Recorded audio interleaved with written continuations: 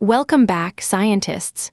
All of last season, we learned how to know things. How to look, how to ask, how to check. Now we turn all of those tools onto the biggest question there is. What is everything actually made of? And here is the wonderful answer. Everything is built out of tiny, tiny pieces, far too small to see. So I am going to draw them nice and big so we can watch them. Here they are, all locked together in neat, tidy rows. When the little pieces hold on tight like this, we call it a solid, a rock, a spoon, a cube of ice. You can pick a solid up and it keeps its shape. And that is because the pieces can only do one thing.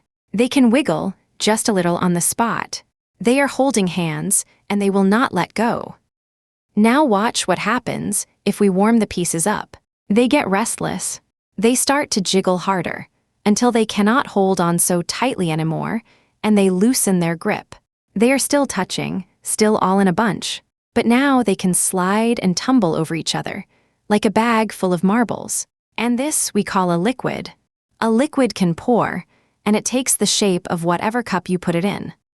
And if we warm them up even more, the pieces get so full of zip that they let go of each other completely, and they go zooming off in every direction.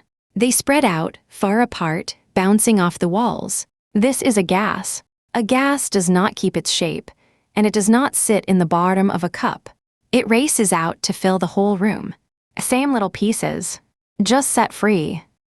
So let us line all three up together. A solid, where the pieces are locked. A liquid, where they are loose. And a gas, where they fly free.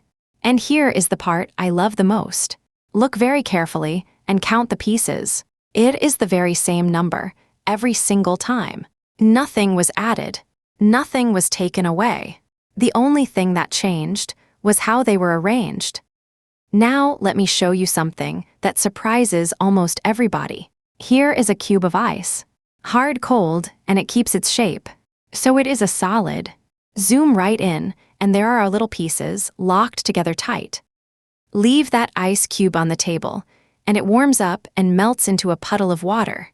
Now, a lot of people think the ice turned into something new, but it did not. Zoom in on the water, and it is the exact same pieces. The very same ones.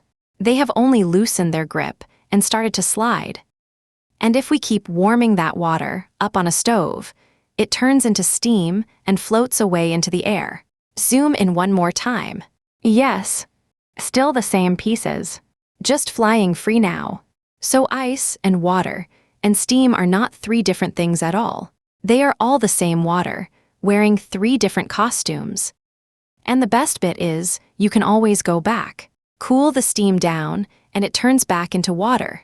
Freeze the water, and the pieces grab hold of each other again and lock into ice. Forward and backward, as many times as you like.